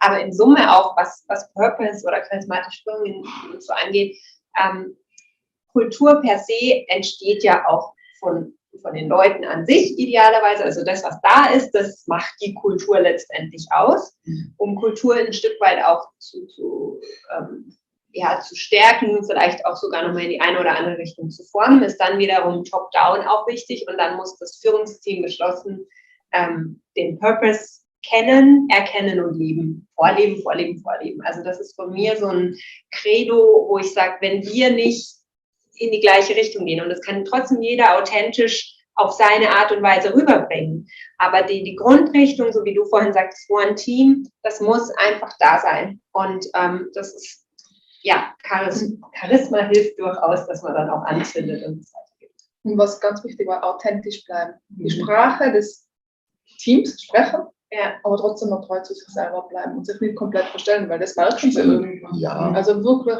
authentisch so sein, wie man ist. Ja, wenn man mal ein bisschen gasig ist man so. Aber man muss es halt so anpassen, wie ist das Team, mit dem ich gerade spreche. Ja. Ich glaube, bei aller Gasigkeit muss so ein schöner Begriff, das glaube ich, so diesen schönen Tiroler Slang, den wir jetzt hören, das ist schon wieder mal wirklich erfrischend. Ich mag das. Also, nein, aber wenn man mal gasig ist an der Stelle, also ein bisschen zündiger, wie wir in Bayern sagen, ist es, glaube ich, auch okay, wenn man, und das ist, glaube ich, immer auch die Wertschätzung gegenüberbringt und tatsächlich sich für sein Gegenüber, für seine Mitarbeiter in dem Fall interessiert. So, das Wort lagen wir jetzt auf den Zunge. Genau, ja, talking, oder? Und dann, ich glaube, dann ist es auch okay, ja, wenn das jetzt nicht einfach nur der schimpft hier rum, aber interessiert sich gar nicht für mich. Ich wollte auch gerade sagen, einfach diese Offenheit zeigen, dass das Team auch das Gefühl hat, man kann auch mal was dazu sagen und es ist nicht so, ich sage das jetzt und dann ist es so, sondern auch, dass man das Feedback im Zweifelsfall von dem Team annimmt und Aber das sind ja alles immer fromme Wünsche. Also wir erzählen ja immer, so sollte es sein, so sollte es sein. Wie bringt man es jetzt zum Leben sozusagen? Ist das jetzt bei euch normal? Lebt ihr so auch oder gibt es da auch Ecken und Kanten oder ist bei euch Schlaraffen? Wir arbeiten intensiv daran, also das könnte man jetzt nicht anders sagen. Bei mir ist jetzt auch in meiner neuen Rolle ein Teil Kulturarbeit tatsächlich. Also neben Kommunikation beschäftige ich mich jetzt endlich auch oder habe endlich mehr Zeit, mich mit der Unternehmenskultur zu beschäftigen. Und wir arbeiten da permanent dran. Also und jetzt hoffentlich dann auch stärker aus meiner Rolle heraus. Die Führungskräfte müssen immer wieder zusammenkommen. Wir haben Trainings, wir haben Coachings, wir haben Team-Sessions, wir sprechen mit unterschiedlichen Leuten, machen Fragen. Also wir machen da wirklich arg viel. Immer mit dem Versuch, die Balance zu halten, dass es nicht aufdringlich wird und so, ne? Wir wollen euch das reinkippen, sondern halt Spaß macht. Also es gibt auch, vielleicht auch noch ein ganz guter Punkt, ich bin sowieso ein Vertreter, Passion ist eigentlich der Weg zum Erfolg letztendlich. Wenn ich selber einfach von was begeistert bin, dann kann ich das auch rüberbringen, dann fällt es leicht, dann gehe ich super gern arbeiten oder auch privat ja das Gleiche. Und ja, letztendlich geht es darum, oder ist das große Ziel, die Leute wirklich zu begeistern von dem Thema Kultur bei Bachmann. Viele Dinge, die bei uns ja irgendwie schon besonders sich anfühlen. Manches kann man manchmal gar nicht so greifen. Sag ich mir, ja genau, dann ist es das. Wenn du sagst, ich fühle mich da wohl und ich kann jetzt gar nicht genau sagen, woran es liegt, aber es ist irgendwie so meins hier. Und das ist eine meiner Challenges, aber auch eine meiner großen Passionen, das voranzutreiben. Vielleicht auch an Christian mal berichtet die Frage, ähnliche Frage, wie gesagt, auch an euch. Ihr seid ein Fachmagazin sozusagen, ein Fachblatt.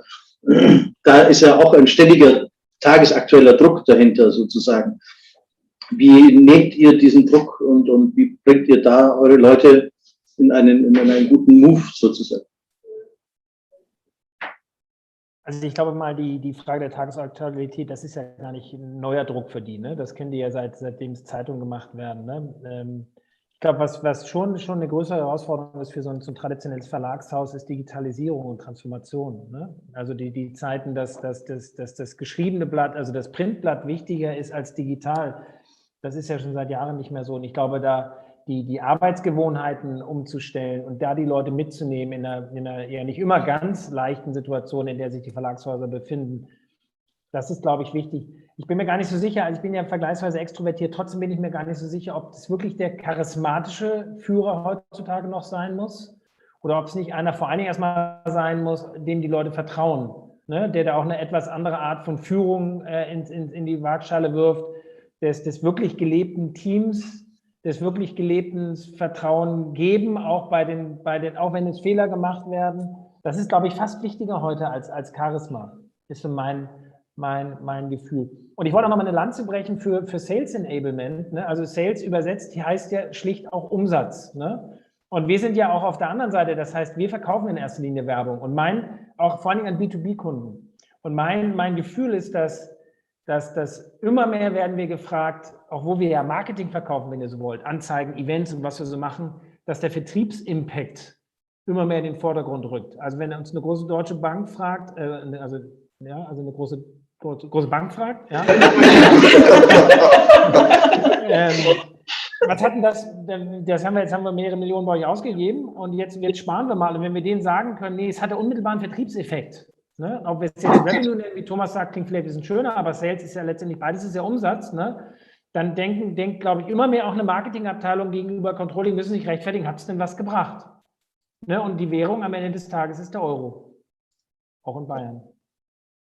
Absolut, auch in Bayern. Stimmt. Ja, der Kern, das ist dann wieder der Erfolg. Ja, und der Erfolg bemisst sich nicht so am Ende des Tages in Click-Rates und was alles an modernen Zeugs gibt. Ja, ist schon richtig, aber am Ende des Tages will der Mensch auch wissen, was für Umsatz haben wir denn eigentlich erzielt. Und da wird sowieso der Kampf in Zukunft gewonnen werden, wenn wir wirklich nachweisen können, die und die Werbeform, die und die Marketingaktion hat wirklich real den und den Umsatz gebracht. Ne? Kauft einer mehr, macht einer mehr Geschäfte mit seiner Bank, wenn er bei einem Event bei uns war, im Vergleich zu dem, der nicht bei unserem Event war. Das ist ja die spannende Frage dann. Wobei, das stelle ich mir nach wie vor extrem schwer zu messen vor. Also der Effekt von einem Event zum Beispiel, also das müssen wir irgendwann nochmal beleuchten, das müsst ihr noch wirklich... Das ist ein A&B-Test. du hast einfach eine Gruppe an 1000 Leuten, die nicht da waren, und eine Gruppe an 1000 Leuten, die da war. Und wenn die Leute, die 1000 Leute, die da waren, wenn die mehr ausgegeben haben bei dir bei der Bank und ein Girokonto eröffnet haben, also meistens andere Sachen, ne? Aber dann ist das ganz eindeutig. Das ist nicht Danke, dass du meinen simplen, einfachen Geist an der Stelle erhält hast. Jetzt hast du mich verstanden. Danke. Das machen wir Hamburger gerne manchmal, so empathisch. Vor allem mit den Münchner, ich weiß schon, das kenne ich schon, ja.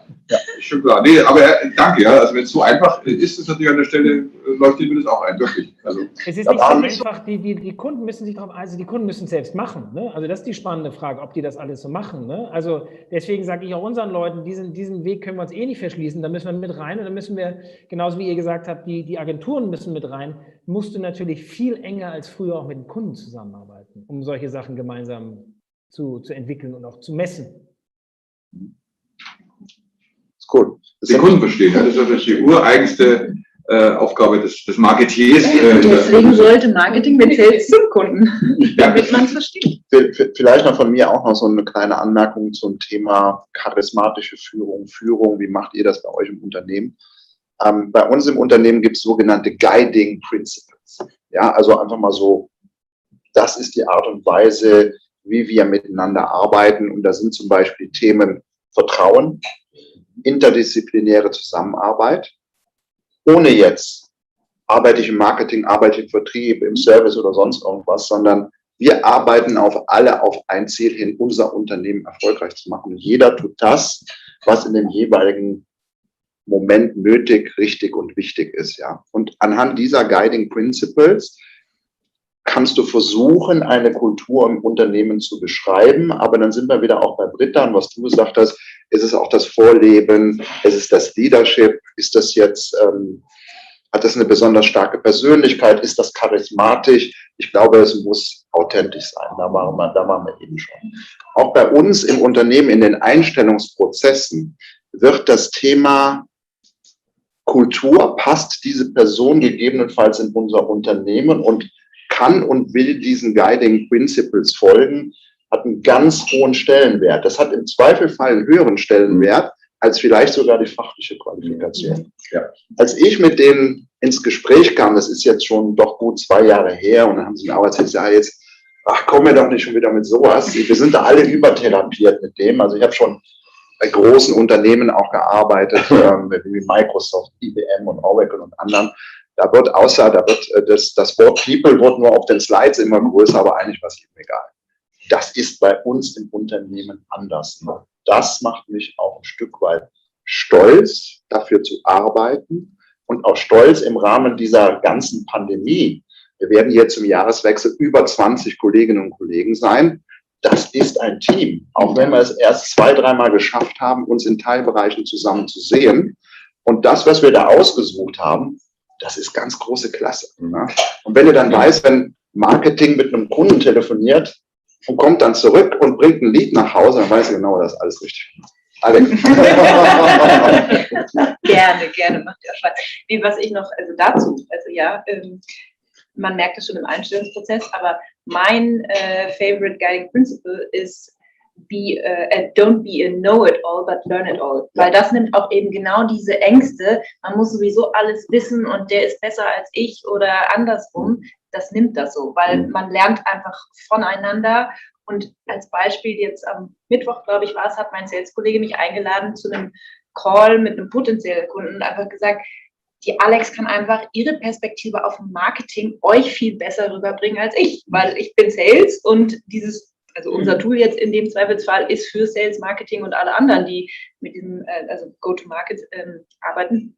Und warum nicht einfach uns zusammenbringen? Weil, wie gesagt, sie kann es rüberbringen. Im Zweifelsfall könnte ich ihm natürlich auch irgendwie den Mehrwert nochmal erklären, aber dann ist es nicht authentisch, dann ist es im Zweifelsfall nicht charismatisch und Rückfragen kann man dann auch nicht beantworten. Also ich glaube, sowas zeigt das dann auch sehr schnell. Ich glaube, jetzt nicht wieder am Ende, aber zum Ende zeige ich euch noch ein Erfolgsgeheimnis unserer Runden. Ich weiß nicht, wie das aufgefallen ist, wir machen keine Webinare. Bei uns sind unsere Gäste mit zugeschaltet und deswegen freue ich mich auch, dass der Andreas Jung, auch wenn wir schon knapp in der Zeit bin, eigentlich schon drüber, sich gemeldet hat. Er hat die Hand gehoben, was man bei Zoom ganz toll machen kann. Damit sagt er uns, er möchte gerne was sagen. Hallo Andreas, Wir Hallo, kennen Servus. dich jetzt nicht, aber ich freue mich, dass du dabei bist und sag uns doch, warum du die Hand gehoben hast. Ich bin erstmal Servus in die Runde. Bin gerade hängen geblieben an dieser Grundidee, nach Transparenz zu rufen. Was sich ja alles irgendwie ganz gut anhört, zu sagen, ja, wir brauchen mehr Transparenz. Wir wollen wissen, derjenige, der die Veranstaltung besucht hat, hat er anschließend sein Girokonto eröffnet oder was anderes gekauft. Jetzt bin ich hier verantwortlich für den Vertrieb für ein US-amerikanisches Unternehmen und habe manchmal das Gefühl, dass wir da schon sehr weit sind und habe aber auch so das Gefühl, dass es eigentlich gar keiner wollen dürfte, weil diese Transparenz extrem gefährlich ist, vor allem für so Marketingausgaben. Vor allem, wenn man so transaktional denkt, wie wir das zumindest bei uns machen. So. Und diesen 1:1 Bezug, der war auf dieser Veranstaltung und dann muss er innerhalb von 24 Stunden, muss er ja eigentlich was abschließen, sonst ist es ja transaktional gar nicht mehr. Und dieses Thema sozusagen Brand Awareness, Customer Journey, das mal auf 3 Jahre, 5 Jahre zu betrachten, geht da so ein bisschen verloren.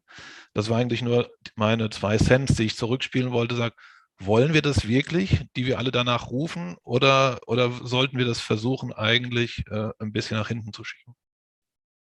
Spannende Frage, ganz spannende Frage. Es waren 50 Cent, nicht nur 2, finde ich mal. Also an der Stelle, die Diskussion werden wir weiterführen. Ich freue mich schon, wir werden nächstes Jahr wieder spätestens im nächsten Jahr auf alle wieder ein Marketing machen, also die Runde, wo wir uns um das Thema Marke versammeln, deswegen das Ting, das Germanische, und darüber weiterreden. Ich glaube, das müssen wir an der Stelle wirklich auch unter den Aspekten, wie du es gerade genannt hast, Andreas, vertiefen und anschauen. Das ist ja ganz wichtig. Aber für heute, Werner, machen wir wieder Schluss. Aber ich möchte trotzdem mich ganz herzlich bedanken, auch für die vielen spannenden Einblicke. Also ich fand jetzt zum Beispiel euren Ansatz, Vertrieb und Marketing zusammen rausgehen, total spannend.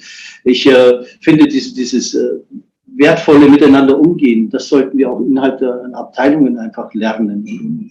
Wirklich mehr Leben auch. Ne? Also es erzeugt auch eine wahnsinnige Kraft, wenn dieses Miteinander-Team wirklich alle den gleichen Wert und den Status haben. Nicht immer von oben nach unten blickt und sagt, ach, die vom Marketing oder ach, die vom Sales oder ach, die von der Buchhaltung. Was mir, also bei jeder Unternehmen, wo ich mal eine Spesenabrechnung abgegeben habe, habe ich jedes Mal gesagt, ach, die von der Buchhaltung. Nein, aber man muss wirklich hier dieses Wertemanagement für sich selbst auch überlegen. Also ganz herzlichen Dank, total spannende Einblicke.